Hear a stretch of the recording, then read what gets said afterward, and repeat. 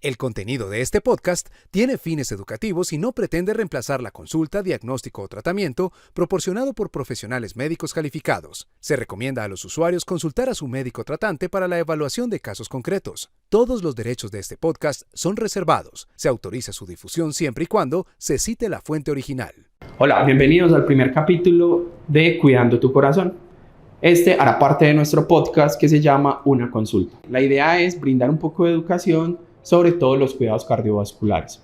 Hoy nos encontramos un grupo de personas de la unidad cardiovascular del Hospital Pablo Tobón Uribe y la idea será desarrollar y responder algunas de las preguntas que nos hicieron en nuestra convocatoria previa de redes sociales.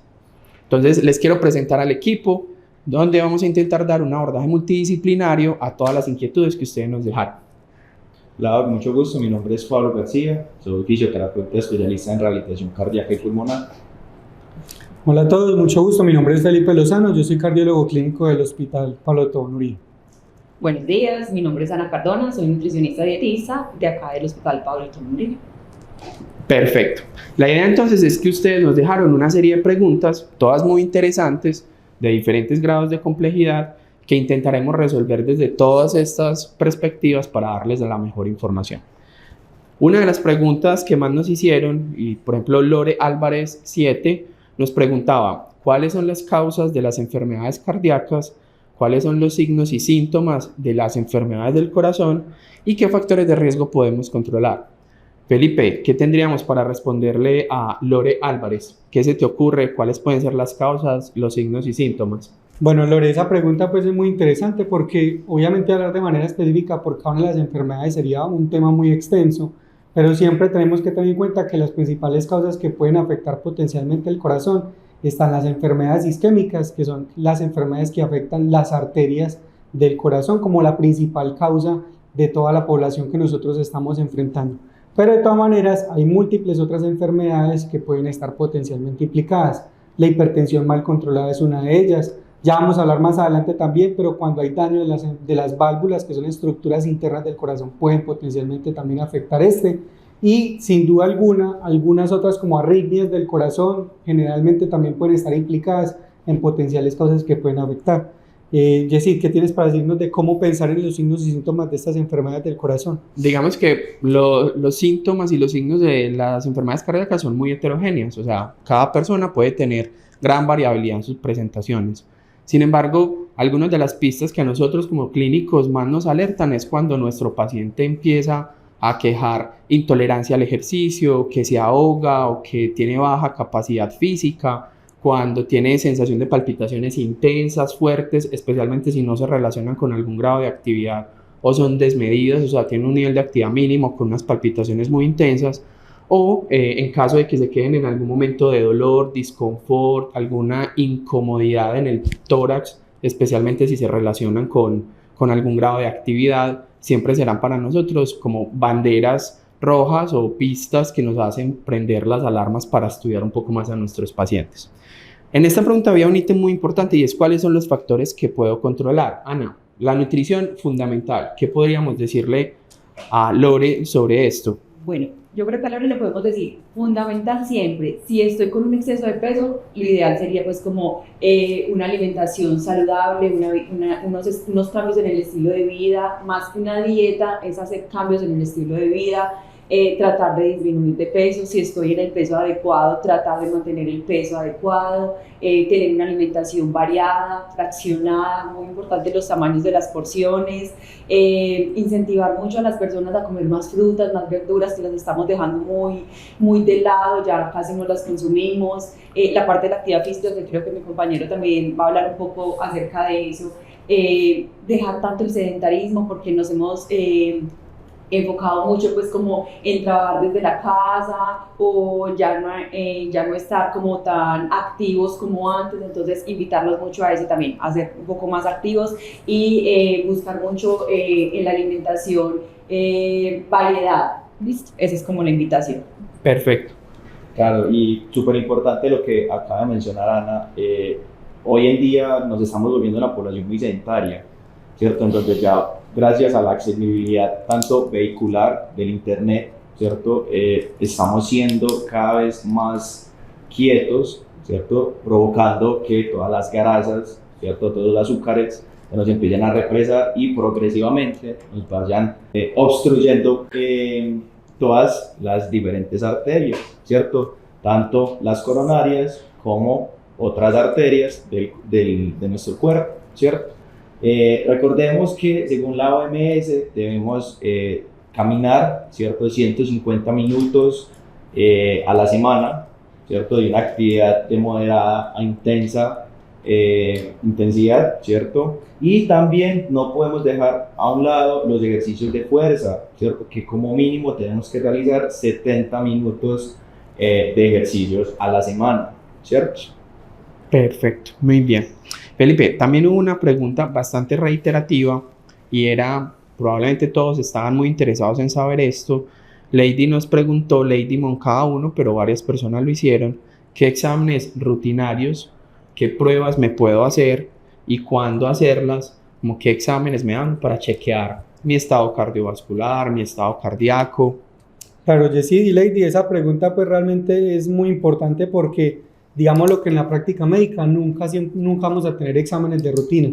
La idea es que, pues, que tenemos que tener en cuenta que estamos en un sistema de salud que está aporreado y que no debemos de mandar exámenes por mandar. Entonces, siempre es muy importante cuando tengas alguna duda, ya sea por los signos y síntomas que te comentó al principio de la charla el doctor Yesid, o por ejemplo, si tienes alguna duda específica con respecto a algo que te preocupe de tu cuerpo, pues la idea sería en ese caso poder estar entonces con el médico para poder solicitar los exámenes que son necesarios para ese tipo de condiciones. Claramente, si tienes alguna molestia de tipo cardiovascular, un examen inicial sería un electrocardiograma y si es el caso, el ecocardiograma también sería un examen complementario para esto, y todos los otros demás exámenes especializados que son de mucha más alta complejidad van a ir enfocados precisamente a lo que le estés comentando, precisamente porque exámenes de rutina para todos no es que haya uno específico, sino que deben de ser orientados al síntoma que tú estés refiriendo. Aquí también debemos anotar que en nuestro hospital, en nuestra unidad, realizamos todo tipo de pruebas cardiovasculares donde tenemos la mejor calidad humana, técnica y tecnológica para que si en algún momento ustedes consideran necesario, su médico les indica alguna prueba, recuerden que estamos aquí para ustedes. También es importante tener muy presente que dependiendo de algunos factores, la presencia o ausencia de algunos factores de riesgo, por ejemplo, pacientes con obesidad, paciente con otras comorbilidades, si tú tienes diabetes, si tienes colesterol elevado conocido, si eres un paciente con diagnóstico de hipertensión arterial, probablemente gracias a esas condiciones debes ser sometido a algunas valoraciones periódicas, incluso en ausencia de síntomas cardiovasculares, porque recordemos que algunas de estas comorbilidades imponen un mayor riesgo de tener alguna alteración cardíaca. Entonces ahí de la mano de tu médico internista, de tu médico de cabecera o de tu médico tratante definirán cuáles son las mejores pruebas para realizar, ¿de acuerdo? En términos generales, posiblemente las que más se realicen, además del electrocardiograma y el ecocardiograma en casos seleccionados, probablemente sean la valoración del perfil lipídico, o sea, chequear cómo está tu colesterol y chequear cómo está tu azúcar, inicialmente en ayunas y de pronto más adelante algunas pruebas adicionales. Perfecto. Nos hacen una pregunta ya un poco más específica y nos preguntan es un paciente que tiene falla cardíaca con fracción de eyección del 40%, nos preguntan, ¿es normal desmayarme y tener falta de aire? Para quienes de pronto no estén familiarizados, la fracción de eyección es la fuerza con la que se contrae el corazón y en condiciones normales oscila entre el 55 y el 62%. Entonces, cuando tenemos una fracción de eyección del 40%, nosotros los médicos hablamos de fracción de eyección reducida. Para hacer una respuesta puntual, no es normal, especialmente los desmayos. Cuando tengo la fuerza del corazón disminuida, no es esperable que yo esté sufriendo desmayos en reposo o en actividad. Entonces, es una motivación para que consultes con tu médico tratante, porque es posible que deban extender algunos estudios adicionales en relación a lo que encuentre pues, el médico que te revise, ¿de acuerdo? Entonces es una invitación a que consultes con tu médico. Perfecto. Ana, hablando algo de lo que habíamos mencionado, nos dicen qué alimentación puedo tener o qué tips específicos les podríamos dar a las personas que están con nosotros de alimentación para evitar un futuro problema cardiovascular. Claro, súper importante. Entonces, como les decía ahorita, importante controlar el peso, realizar actividad física, una alimentación saludable. Entonces nos basamos básicamente en frutas, verduras, consumo de leguminosas, frijoles, lentejas, garbanzos, cereales integrales.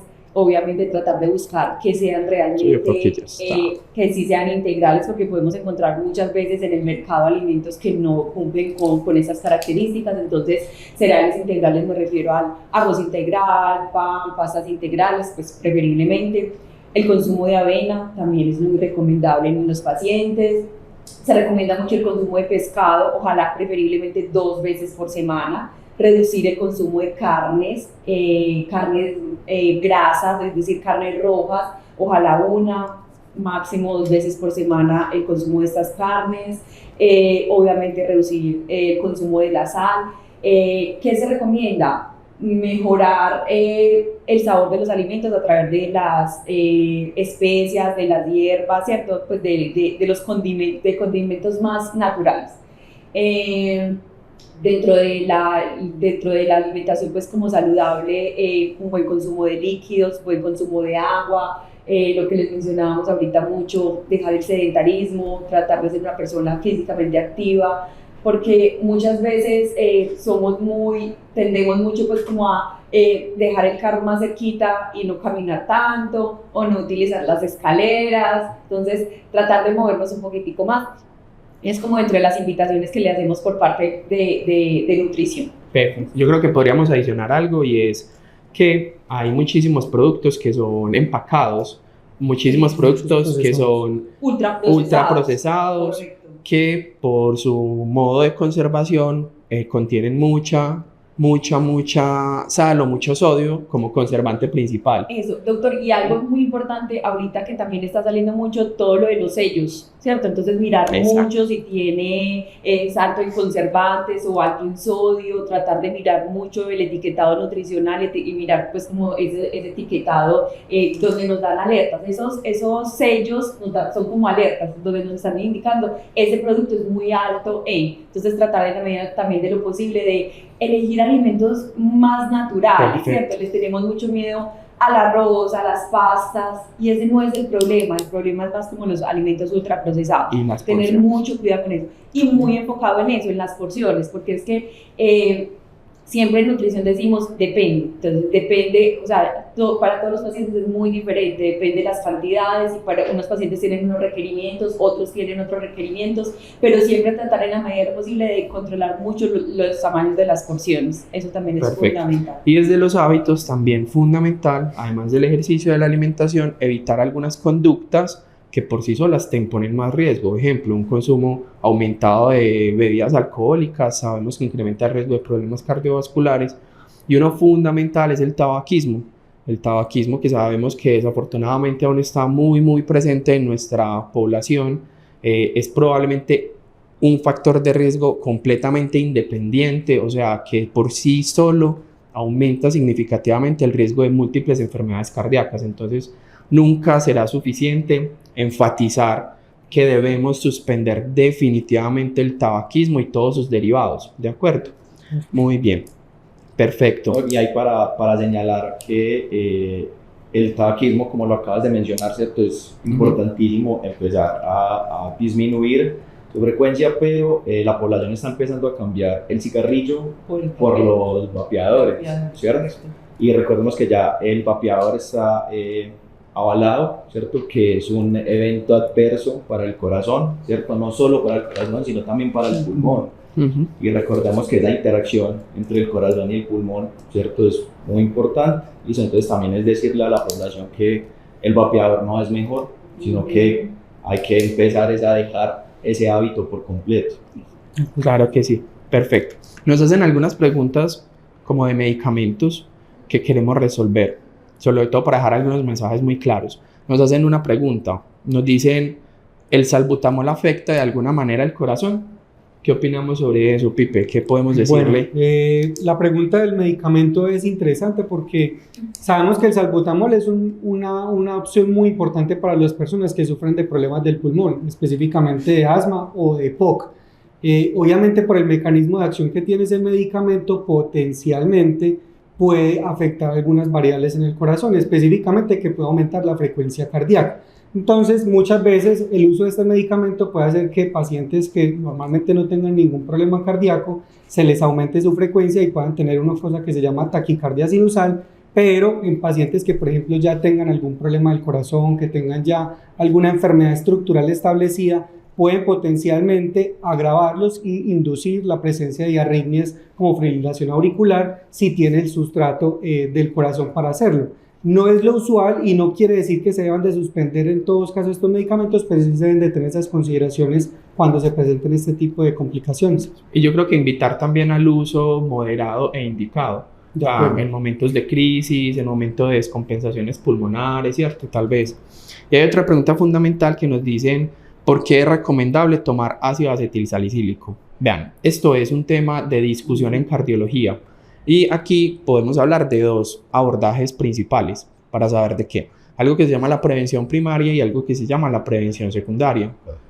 La prevención secundaria hace referencia a que yo ya he tenido un evento cardiovascular. ¿Qué quiero decir? He tenido un accidente cerebrovascular o lo que las personas conocen como derrame, he tenido un infarto agudo de miocardio, entre otras. En ese escenario de la prevención secundaria, probablemente tenga un alto grado de recomendación por todas las sociedades médicas, o sea, la mayoría de estos pacientes deberán tomar aspirina. Pero yo creo que donde más discusión hay es en lo que llamamos prevención primaria. ¿Y qué es prevención primaria? Es prevenir. O sea, yo nunca he tenido un evento mayor, un evento cardiovascular, no tengo enfermedad cardiovascular conocida y me formulan alguna medicación para evitar. En este escenario de la prevención primaria, la verdad es que la aspirina o el ácido acetilsalicílico, como también digamos que se conoce, no está claramente recomendada. Y esto es importante porque esto es un cambio en un paradigma que veníamos trayendo hace muchos años. En los años 80, 90 se decía que la aspirina ayudaba a prevenir los infartos y eso llevó a que se usara indiscriminadamente y a que muchas personas tuvieran en su mente que tomar aspirina, insisto, en prevención primaria era bueno. Hoy en día sabemos que en ese escenario de la prevención primaria la verdad es que son solamente unos pacientes muy seleccionados, unos pacientes de muy alto riesgo que vienen acompañados de otras comorbilidades, de otras enfermedades que imponen un alto riesgo cardiovascular, pero la verdad es que hoy en día no debería ser un medicamento de uso indiscriminado ni de uso pues como libre en aquellos pacientes que no tienen ningún antecedente de enfermedad. También nos hacen algunas preguntas sobre pruebas. Entonces nos hablan que si un paciente trasplantado renal, esta pregunta nos la hizo Maritza Manrique, que si un paciente trasplantado renal puede realizarse pruebas del corazón y específicamente una prueba de perfusión miocárdica. Bueno, Maritza, esa pregunta es muy válida porque obviamente el hecho de ya tener un trasplante renal ciertamente limita y genera un poco de temor por el grado de disfunción renal que puede limitar el uso de algunas herramientas diagnósticas en el área cardiovascular. Pero sin duda alguna, muchos pacientes trasplantados logran mantener una muy buena función renal del injerto y eso no impide que se puedan potencialmente realizar otro tipo de ayudas diagnósticas diferentes también a la perfusión. Pero sin duda, si el paciente trasplantado renal tiene alguna molestia, algún signo o síntoma que está haciendo pensar, por ejemplo, al médico que hay una sospecha de alguna enfermedad, por ejemplo, de las arterias del corazón, claramente está indicado y podría ser una herramienta muy útil para el abordaje de este paciente. Perfecto. Hay dos temas que en la actualidad en cardiología y en general en el medio están muy de moda y es los deportistas de alto rendimiento, personas que cada vez vemos que son más, que practican correr largas distancias, hacer ejercicios de alta intensidad, triatlón, cada vez es más común.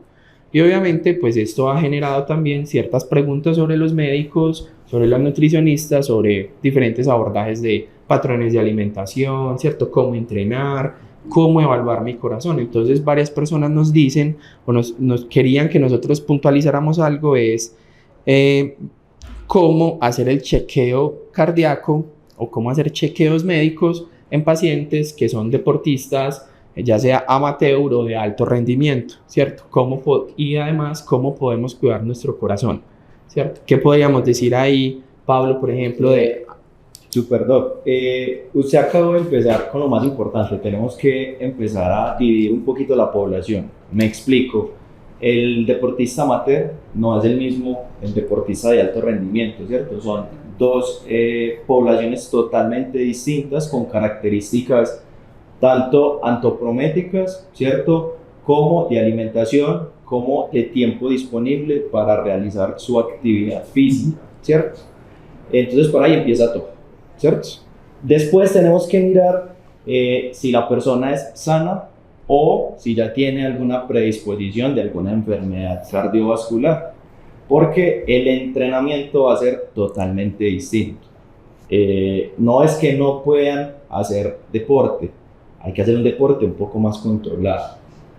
Ya dentro de las pruebas es muy importante, antes de empezar a entrenar, hacer algunos chequeos, como por ejemplo un electrobasal, un ecocardiograma, ¿cierto? Una prueba de esfuerzo, aquí me voy a detener un poquito, puede ser una prueba de esfuerzo convencional, pero si la persona es deportista amateur y desea tener un entrenamiento mucho más vigilado, un poco más estructurado, yo le recomiendo realizarse una ergospirometría, donde se pueden determinar los umbrales metabólicos y poder dosificar su entrenamiento según su metabolismo, ¿cierto? Que es una progresión segura.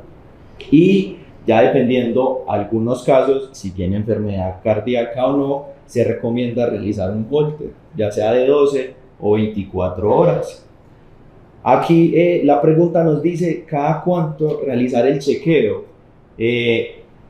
La pregunta es compleja, porque si miramos un deportista de alto rendimiento se hace cada 6 meses, pero en una persona amateur, ¿cierto? Por las variables que acabo de mencionar anteriormente, se recomienda hacer anual estos chequeos. También es muy importante recomendar que el porcentaje de entrenamiento sea mayor al 75% descrito en las pruebas de esfuerzo, tanto en la prueba convencional como la ergospirometría. Y ahí juega un papel fundamental que no solo es hacer ejercicio. Si solo hago ejercicio voy a descuidar la parte nutricional, ¿cierto? Ana, ¿qué podemos decir de eso? Digamos que en esa parte también, como siempre decimos, depende de él, si es un deportista de alto rendimiento, tiene unos requerimientos nutricionales diferentes, unos requerimientos proteicos diferentes, al igual que el amateur, ¿cierto? Entonces, va a depender de muchas cosas, pero siempre nos vamos a ir por el lado de una alimentación variada, balanceada, el tamaño de las porciones, frutas, verduras, buen líquido, ¿cierto? Buen consumo de líquidos, básicamente es eso, pero todo va a depender, por eso es la importancia también de consultar con el nutricionista, porque cada persona tiene como sus requerimientos nutricionales. Y yo creo que ya para complementar lo que han dicho Pablo y Ana, muy importante que antes de empezar a hacer ejercicio, si tienes alguna molestia previa, algún signo que te esté preocupando, lo que ya había mencionado el doctor Jessy al principio, o si incluso tienes antecedentes de algún familiar que ya tuvo un evento cardíaco, se murió de manera súbita, siempre es importante consultar al médico primero para mirar qué pertinencia de los exámenes hay que hacer antes de considerar un entreno especializado. De acuerdo, perfecto, muy bien. Y de pronto una pregunta más específica y es, en la misma línea de el aumento en las personas que están haciendo ejercicio de alta intensidad, también hemos visto que ocasionalmente se han presentado algunas complicaciones cardiovasculares en pacientes jóvenes. Entonces, algunas de las personas que están con nosotros nos preguntaban por qué son tan frecuentes los infartos en las personas jóvenes y cómo prevenirlos, cómo podemos prevenirlos. Bueno, Brigitte, que hizo esa pregunta, muy importante también porque muy similar a lo que ya hemos visto en algunas otras enfermedades, la enfermedad cardiovascular también ha cambiado mucho y ha empezado a afectar la población más joven.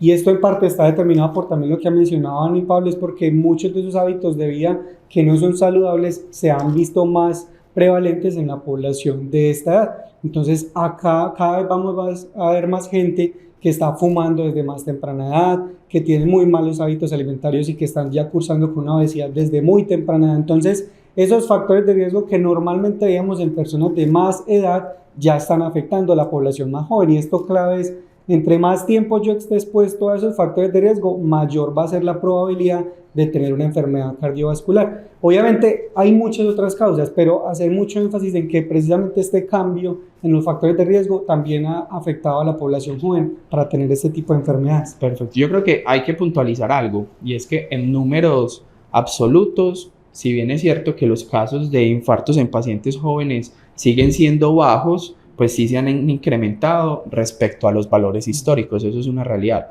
Y también enfatizar que por eso es que motivamos siempre como a unos buenos hábitos comportamentales, de hábitos, de ejercicio, de alimentación, y también tener presente que en muchos casos las causas de los infartos en los pacientes jóvenes son un poco también diferentes a las que vemos usualmente en las personas un poco mayores. Nuestro corazón tiene muchísimas estructuras, ¿cierto? Una de estas se denominan válvulas, que son unas compuertas, digámoslo así, que ayudan a regular el paso y detener la sangre. Estas pueden sufrir algunas alteraciones de las válvulas y nos preguntan por qué se dañan las válvulas del corazón y cuál es su tratamiento. Pues esta pregunta es una pregunta muy amplia. ¿Por qué? Porque hay muchas causas de alteraciones valvulares y su tratamiento dependerá. Entonces, por principio general, digamos que hay algunas alteraciones primarias, o sea, propias de las válvulas que pueden llevar a que se dañen. Infecciones durante la niñez que generaron algunas complicaciones tardías como la fiebre reumática. También hay algunas alteraciones congénitas, por ejemplo la aorta bivalva, que es que yo nazco con una alteración en la anatomía, en la conformación de mi válvula, que más adelante pueden predisponer a que se dañen, y muchas otras alteraciones de nacimiento. Una muy importante en la válvula mitral que se denomina un prolapso, y es que nuestras válvulas son un poco más laxas de lo normal y también aumentan un poco el riesgo de que se dañen. Y yo creo que las más comunes son las alteraciones secundarias, y es que producto de alguna otra alteración en mi corazón, de infartos previos, de hipertensión mal controlada, genera unos cambios estructurales que llevan a que se dañen las válvulas.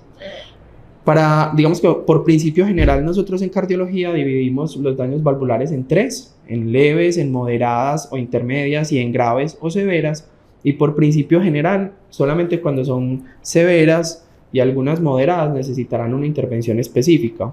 Ya la intervención específica pues depende enteramente del tipo de daño y de la válvula, porque podemos ofrecer tratamientos quirúrgicos, o sea, de cirugías, y esas cirugías pueden ser que entremos o los cirujanos cardiovasculares entren e intenten reparar, o sea, arreglar la válvula o cambiarla, pero también podemos ofrecer algunos tratamientos no quirúrgicos que los llamamos percutáneos, que se hace a través de catéteres, y podemos entrar a reemplazar.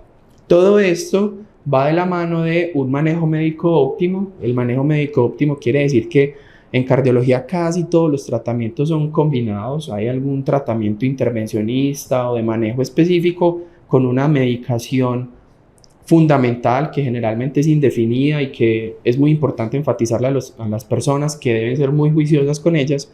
Entonces generalmente el tratamiento es combinado. Un tratamiento para reparar la estructura alterada y un tratamiento médico para, digamos, acompañar todo el control de las otras comorbilidades. Muy bien, hemos hablado mucho de alimentación, de ejercicio, de exámenes, pero definitivamente hay algo que es fundamental y que hace parte del bienestar, y es la salud mental, ¿cierto?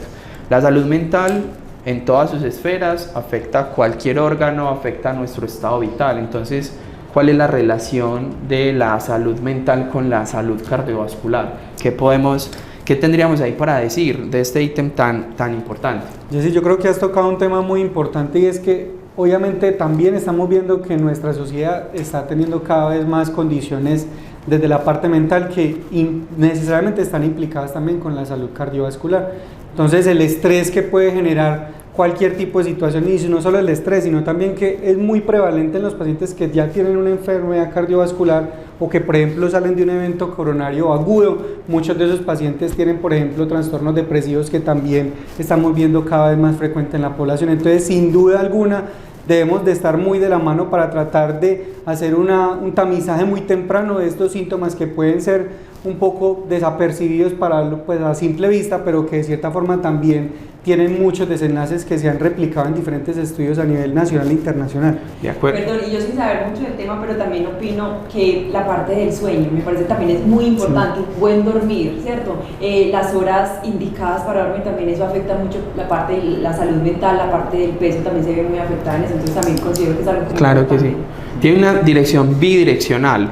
O sea, cuando yo tengo una enfermedad cardíaca, como expresaba Felipe, muchas personas después de un evento quedan con temor, con un trastorno de ajuste, se sienten atemorizadas de irse o de estar en casa porque creen que el evento les va a repetir, ¿cierto? Y eso obviamente altera su calidad de vida.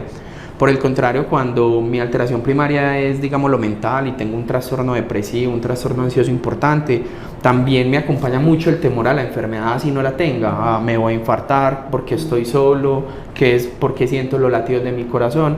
Entonces es una invitación a las personas, digamos, a que busquen ayuda, pero nosotros también como médicos y como personal de salud, como personal asistencial, también hacer un tamizaje, hacer una búsqueda muy activa de todo esto, sobre todo porque existen también un montón de estrategias comportamentales, farmacológicas, de hábitos. Entonces yo creo que es muy importante.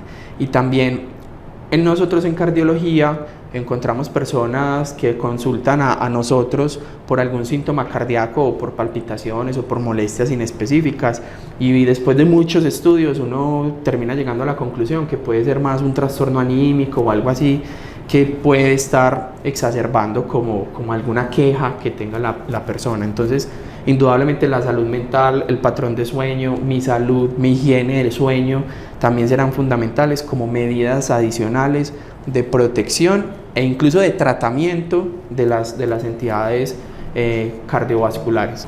Muy bien, con esto damos por terminado este primer capítulo. Recuerden, si quieren hablar de algún tema específico de su salud cardiovascular, estén atentos a nuestras redes sociales para que se comuniquen con nosotros. Asimismo, recuerden seguirnos en nuestras redes sociales de Spotify, de YouTube, donde vamos a estar haciéndoles anuncios de próximos capítulos y donde vamos a estar en comunicación con todos ustedes. Muchas gracias y que tengan un lindo día. El contenido de este podcast tiene fines educativos y no pretende reemplazar la consulta, diagnóstico o tratamiento proporcionado por profesionales médicos calificados. Se recomienda a los usuarios consultar a su médico tratante para la evaluación de casos concretos. Todos los derechos de este podcast son reservados. Se autoriza su difusión siempre y cuando se cite la fuente original.